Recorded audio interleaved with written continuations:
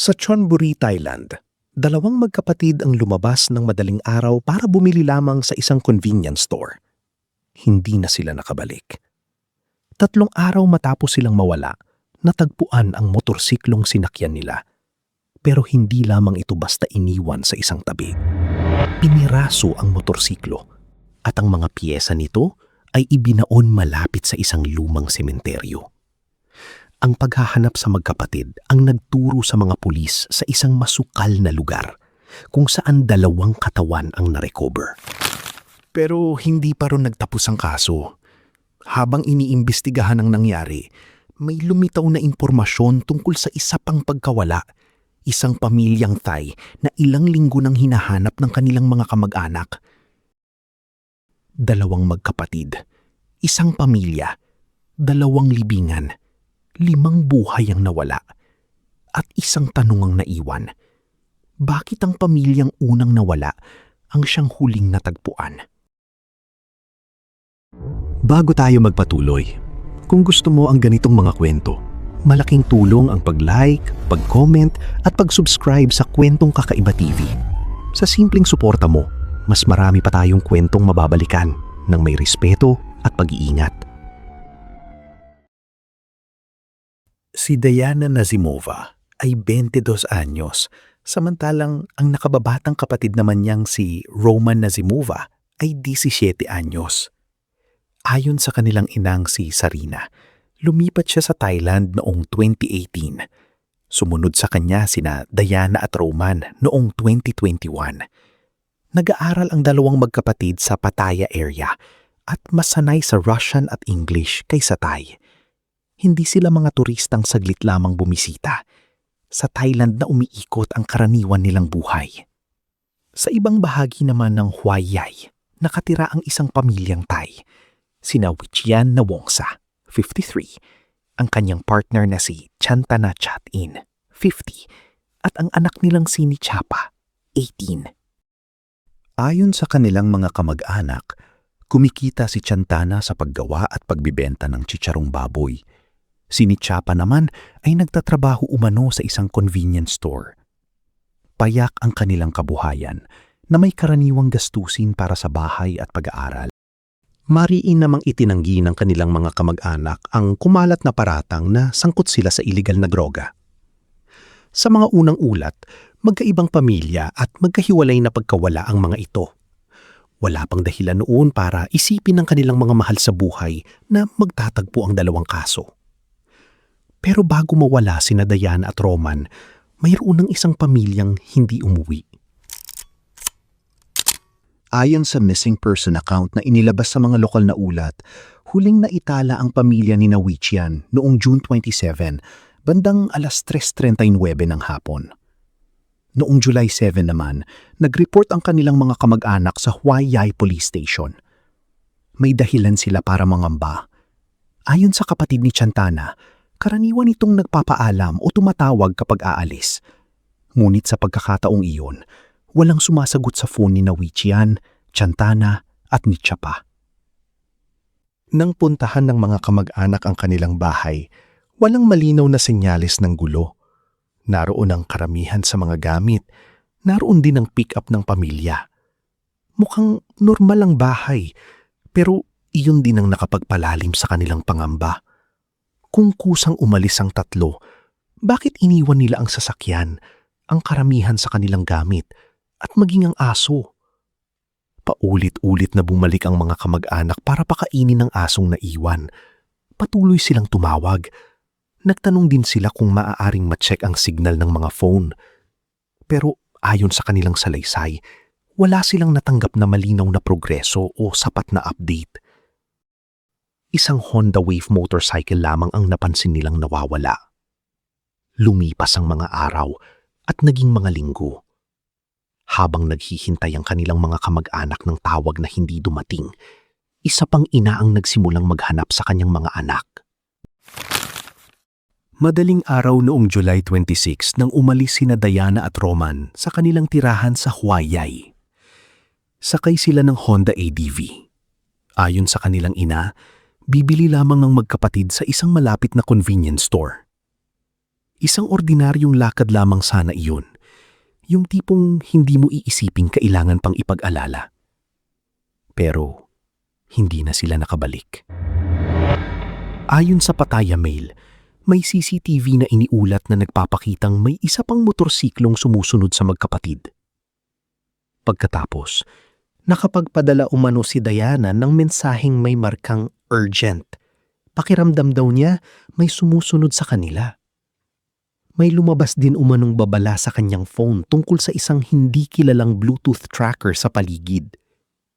Pagkaraan niyon, hindi na makontak ang phone ng magkapatid. Hindi public ang original CCTV, buong mensahe at technical record mula sa phone ni Diana, kaya ang tracker alert ay isa pa lamang iniulat na lead. Pero para kay Sarina, simple at mabigat ang katotohanan. Lumabas ang kanyang 2 anak para bumili at pareho silang hindi umuwi. Nag-report siya sa Huayay Police. Dahil hindi niya gaanong gamay ang Thai, kinailangan pa niya ng interpreter habang nakikipag-usap sa mga investigador. Para sa pamilyang may mahal sa buhay sa ibang bansa, pamilyar ang ganitong takot. Umaasa ka sa wikang maaring hindi mo lubos na naiintindihan at sa sistemang hindi mo kabisado. Sinuri ng pulisya ang mga CCTV at hinanap ang Honda ADV. At ang motorsiklong iyon ang unang nagbigay ng konkretong direksyon sa kaso. Noong July 29, naiulat na natagpuan ang mga piyesa ng Honda ADV malapit sa lumang Thung Luang Cemetery. Hindi lamang iniwan ng motorsiklo. Ayon sa salaysay ng pulisya, piniraso ito at ibinaon. Mula sa mga taong sinasabing humawak sa mga piyesa, napunta ang investigasyon sa 2 lalaki, sina Thana Pong Kowet Thong, 43, at Thong Chai Thong Srinil, 39. Matapos ang mga warrant at pag-aresto, sinabi ng pulisya na nakapagbigay sina Pong at Thong ng impormasyon tungkol sa pagkawala ng magkapatid. Dinala ng investigasyon ang mga otoridad sa isang masukal na lugar malapit sa kilometer marker 139 ng Motorway 7 sa Mabfaktong area ng Huayay. Doon, 2 katawan ang narecover at kinilala ng mga otoridad bilang sina Diana at Roman. Para sa kanilang ina, nagtapos ang paghihintay sa pinakamasakit na sagot. Pero habang nagpapatuloy ang pagtatanong sa mga suspect, may isa pang impormasyong lumitaw. Hindi lamang daw ang magkapatid ang nawala sa lugar na iyon. May nauna pang pamilya. Gabi ng July 31, nang dalhin ng mga suspect ang mga pulis sa isang coconut grove sa Huayay. Ayon sa ThaiRath, hindi agad nila matukoy ang eksaktong lugar. Isang hanay lamang ng 4 na puno ng niyog ang natatandaan. Sa unang lugar na hinukay, walang nakita. Lumipat sila sa isa pang bahagi. At doon, sa lalim na humigit kumulang 1 hanggang 1.5 metro, na-recover ang 3 katawan sa iisang libingan. Kinilala sila ng pulisya bilang sina Wichian, Chantana at Nichapa, ang pamilyang ilang linggo nang hinihintay ng kanilang mga kamag-anak. Sa unang pagsusuri, iniulat na may posa sa mga kamay ni Wichian at tali naman kay Chantana. Nakakita rin umano ang forensic team ng maliliit na bahagi ng bala sa labi ng 3. Sinusuportahan nito ang hinalang pinigil at binaril ang pamilya, bagaman hindi pa public ang final autopsy at ballistics findings. Isipin ng mga kamag-anak na paulit-ulit na bumabalik sa bahay para pakainin ng aso. Sa bawat pagpunta nila, umaasa pa rin silang maaaring bumalik ang 3 o may tumawag na may balita. Ngunit ayon sa kapatid ni Chantana, kung hindi nabuksan ang kaso ni Diana at Roman, maaaring hindi pa rin nila nalalaman kung ano ang sinapit ng kanilang pamilya. Ang pamilyang unang nawala, ang siyang huling natagpuan. Ayon sa police reconstruction, sinundan umano ni Pong at Thong sina Diana at Roman. Nagpakilala umano silang mga pulis, pinigil ang magkapatid at kinuha ang kanilang Honda ADV. Sinabi ng pulisya na binaril si Roman, habang si Diana naman ay nagtamo ng matinding pinsala mula sa isang mapurol na bagay. Hindi pa public ang final autopsy na magbibigay ng kumpletong detalye. Sa naunang Thai family case, 4 na lalaki naman ang iniuugnay ng pulisya. Sina Pong, Thong, at Sadang Bol Chuwong at Chachanan Fluk Painiam. Nagpunta umano sila sa bahay ni Wichian habang nagpapanggap ng mga pulis na magsasagawa ng drug inspection. Naroon si Wichian at Chantana. Pagbalik ni Chapa mula sa trabaho, pati siya ay pinigil umano. Sinabi ng pulisya na isinakay ang 3 sa sarili nilang pickup at dinala sa Coconut Grove. Doon umano hinukay ni Thong ang libingan. Iniuugnay ng pulisya si Pong sa pagmamatay ni Chantana, si Bol kay Wichian, at si Fluk kay ni Chapa. Wala pang court testimony o public forensic result na nagpapatunay sa individual role ng bawat isa. Pagkatapos, ayon sa pulisya, ibinalik ang pickup sa bahay, kinuha ang mga phone at kalaunan ay ibinenta ang Honda Wave. Kung tama ang bahaging ito ng reconstruction, ipinapaliwanag nito kung bakit nakita ng mga kamag-anak ang pickup sa bahay at walang halatang malaking kaguluhan nang puntahan nila ang lugar. May inuulat ding sexual violence allegation sa Thai family case. Hindi public ang forensic basis at hindi malinaw ang defendant-specific accusation. Sa puntong ito, may ilang matitibay na physical discoveries. Ang dismantled Honda ADV, ang 2 libingan, ang restraints, at ang projectile fragments. May nakuhang .38 caliber firearm at 2 spherical grenade sa investigasyon, pero walang public ballistics result na nag-uugnay sa baril sa alinman sa 5 pagkamatay. Recovered firearm ito, hindi pa kumpirmadong murder weapon. Sinuri rin ang pick-up ng Thai family para sa posibleng stains, fingerprints, buhok, fibers at ibang trace evidence.